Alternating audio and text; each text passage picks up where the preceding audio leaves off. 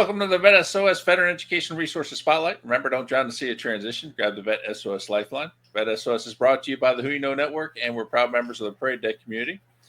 I'm here, as always, with Dr. Here. Dr. Here, today we have a household name as far as universities go involved with the military. This is one I think everybody's probably heard of. That's what I was saying. I'm excited to learn more about the programming and supports because, again, as a military spouse, I have seen this name many a time on many bases and lots of things that I receive. So, again, I'm excited to learn along with the community more about Maryland Global Campus. So, absolutely. I would say that this is probably the torchbearer as far as, really establishing college programs on campus or on bases and things like that, because Maryland was the first one I ever remember seeing. And so we're proud to sit down with them today. So today we have Craig. Good start. Yeah, all right. Kristin Byerly. Yes. Exactly. I looked at the name and I'm like, wow, I'm going to screw that up. Kristin Byerly, Director of Veteran Initiatives and Outreach, Office for Stateside Military Operations at the University of Maryland Global Campus. Can you fit all that on a business card? It takes a couple lines. Her role is to ensure the educational, career, and lifelong needs of our veterans and their families are addressed. She has been with UMGC since January 2013, starting as a military education advisor in the Hampton Roads, Virginia area before taking on the VIO role. My mouth and brain are not working together today. Kristin is a spouse of a 30-year U.S. Navy veteran, the daughter of a 26-year veteran, and a parent of an active service member. Whew. Quite the legacy. How are you doing today, Kristin? Yeah. I am well. How are you? Well, other than brain and mouth and, none of that seeming to work anymore. I threw a couple acronyms at you first thing in the morning. It might be a little much, but. And I promised the audience, I even asked the last name before we started, and I still can manage to screw it up. This is just fantastic. So, well, let's start with, how you got to working with the military community in higher ed. What was that whole pathway like? Well, it started, like I said, I've been with the university since 2013, and that was due to a neighbor down the street. We had volunteered together, and she said, how'd you like to get paid for all that volunteer work that you do? And they had some openings on base. So I started with a role as a military education coordinator on base here in the Hampton Roads area. Loved it. But I will say my journey began a number of years before in understanding the challenges that face, especially military spouses. It was a few years ago. My husband and I have been married over 30 years, so it was a few years ago. But shortly after we got married, I'd completed my associate's degree. And 4 days after we got married, we moved cross country. I was going to finish up my bachelor's. Walked into a university and they said, yeah, we're not going to take your associate's degree from the community college, the state community college that you attended. Oh, and by the way, you could have been taught out of the exact same book and we still probably wouldn't transfer your courses. And it was a bit eye-opening. A bit frustrating. And we learned pretty quickly on that it was going to be a struggle. So fortunately, and again, early 90s, we did find a regionally accredited online university that would work with me, took most of my credits. And because our duty station was a short period of time, then we moved cross country, was able to log in, finished my last class the day my son was born. But it really helped me to see, I didn't think I would get into higher education, but when the opportunity arose a number of years later, I was able to go back to what I had learned and the struggles that I had had and be able to take that as I'm working with the students that we have now. And obviously, schools have come a long way since then. And I will say a little plug for UMGC. We're really good at it. Yeah. We are really, really good at at making sure that we can help students. We take up to 90 transferable credits. They can come from all kinds of sources. I had an education center counselor one time. He's like, it's kind of like bundling. You bundle a package of stuff. And I went, that's actually a good way of putting it. You pull from here, pull from here, pull from here, and make sure that in the end you get what it is that you need. So to make it long, that's us. Yeah, no, I love that because, again, I'm a military spouse as well. And, I think there is this focus when we look at higher ed and they say, we're here supporting veterans. Well, veterans many of them have spouses. And then there's the active duty side. And, the military community is so much bigger than just that service member. There's a lot of components and we're picking up our lives, moving around. And so where institutions can support whole family is really critical and can make a big difference. So it's wonderful that you've highlighted that. And I think you're just showing how much the military community always wants to pay it forward and help the next person out from the experiences we've had, even if they're, long ago, but yes, we've watched the evolution of higher ed. It's wonderful to see that expansion of the veteran, the active duty, the spouses, dependents. Everybody's trying to figure out how can we support the community. And as you said, at your school, it's the transfer of credit is such a critical component to that. So beyond, it sounds like the wonderful way in which you're looking at academic credit, what other programming and supports are provided to the community? We have quite a few. One of the things we consider military connected to be active duty, veteran, spouse, dependent, anybody that has that military connection. And the number of opportunities you have, we've got the on-site advising across the world. When we say we're a global campus, we truly are. We have on-site locations across the globe.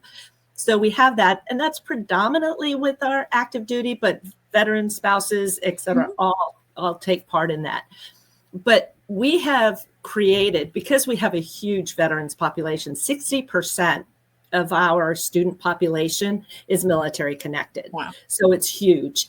One of the things I was kind of looking up in preparation, in fall of 23, we had 51,000 undergraduate students at UMGC. 32,000 of them were identified as military connected.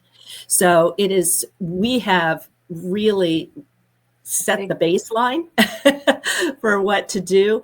And because of it, we've been able to build all these amazing programs. First of all, a lot of it is on the support side that the student doesn't even see. We have an entire team of 25 people for veteran certifications. Wow. That's just unheard of, but it's needed because of the number of students that we have. So we have different departments for Chapter 31 and Chapter 33. I mean, it's just, we know how to do it right so that the student doesn't feel it on the front end. We've got all that back end support. We've got a military portals team that does nothing but handles the porters. And then we have our team, the Veterans Initiatives and Outreach. And we are, as said, doing everything kind of outside of that certification piece. We've got on-site advisors at some of the local community colleges in Maryland that will work with the students on degree mapping, helping them to actually make sure they're maximizing their benefits. We've got networking opportunities. We've got mentoring programs. We've got scholarships. We've got the list goes on and on and on for what the Veterans Initiatives and Outreach Department does in order to help all military connected. Yeah. So yeah, that's just a start. I mean, I could spend an hour, but I know we don't have that. You know what jumped out at me there, Dr. Here, was we've talked to a handful of schools where it's one person that runs the entire program, and she just said they got 25 people. I know. I was like, let me not fall out of my chair. That's a lot of people. You never hear about that in higher ed. That's fantastic. And it's needed. Yeah. Oh, yeah, absolutely. So, tell us some of the details and everything, like, I can only imagine. Well, like, do you know the total number of students within the Maryland footprint versus the total number of the military affiliated, or and you may not be tracking that one. Yeah. I know I could gather it. I don't have it off the top of my head. Yeah. I would say the majority of our students, they're everywhere. They're absolutely everywhere. Because when I was pulling up some of the information, I was amazed at the number that were located overseas. Because we've got Asia and Europe and downrange, and we really are everywhere. But that doesn't even talk about stateside. We just opened an on-site advising in Minot, North Dakota. I think it's North Dakota. Yep. Minot. So from there to San Diego, to Hawaii, to Florida, to Fort Drum, New York, to really, we are everywhere the military is. I think you guys were on every base. Yeah. I mean, that's the thing. You can't drive on a base and not see the name. And I think that overseas piece to me is what really stands out, because it's hard. I know as the families, you make that decision. Are we, going overseas, what does that mean for us? Interrupting education. It's hard, obviously, to find the schooling opportunities abroad. And you don't always want to stop that pipeline and pathway. So it's a very unique piece, I think, of your campus that is a wonderful support for the community. And the expansion, it sounds like you guys are just growing and finding new ways to connect, which is cool as well. Yes. Yeah. And then we've got one of the things, we are a yellow ribbon school, which is a huge piece of it, especially for the veteran population. And the beauty of it is we do not limit the number of students that can use yellow ribbon. We do not limit the funding. We do not limit the academic programs. And that, again, sets us apart a little bit from everybody else. I was a little shocked at the number that we, because I help with the Best for Vets application process. And that's some of the information that we pull. And I was like, wow, that's a lot. In 30 seconds, for somebody who doesn't know what yellow ribbon is, can you describe what that means? I'll do my best in 30 seconds. Okay. Basically, it's the difference between the in-state tuition, because VA will pay the highest in-state tuition rate of the school in which you're taking classes. Mm-hmm. If the out-of-state rate is higher than that in-state rate, the yellow ribbon program pays that difference. It's split between the VA and the school that they're attending. And so the student doesn't feel any of it.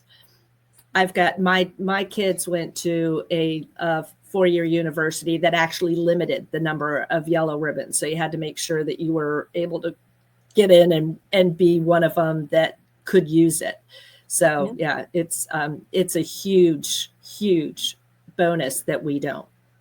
Yes. And thank you for expanding on that. We're all familiar with these terms, but we want to make sure they know and checking. So yellow ribbon is different from school to school. As you've mentioned, at your institution, there's no cap on the number of students, no cap on the amount. That's a critical piece to know about, because as you mentioned, other schools, sometimes there are limits. So as you're doing your research, anybody who's tuning in, make sure you're looking at those specifics of any yellow ribbon school. Time does fly. I was like, oh my gosh. I am going to end on that very positive note, though, about you sharing about yellow ribbon. I think that's a great thing. And obviously, this is why we're here. Go learn more, go research. We have the information on how you can connect if you're curious. Thank you, Kristin, for joining us on VET S.O.S. today. On behalf of the VET S.O.S. family, we'd like to thank everyone for tuning in. You can find VET S.O.S. podcast on all your favorite podcast platforms, YouTube, and social media. And make sure to subscribe and follow VET S.O.S. so you don't miss a thing. Remember, don't drown in the sea of transition. Grab the VET S.O.S. lifeline.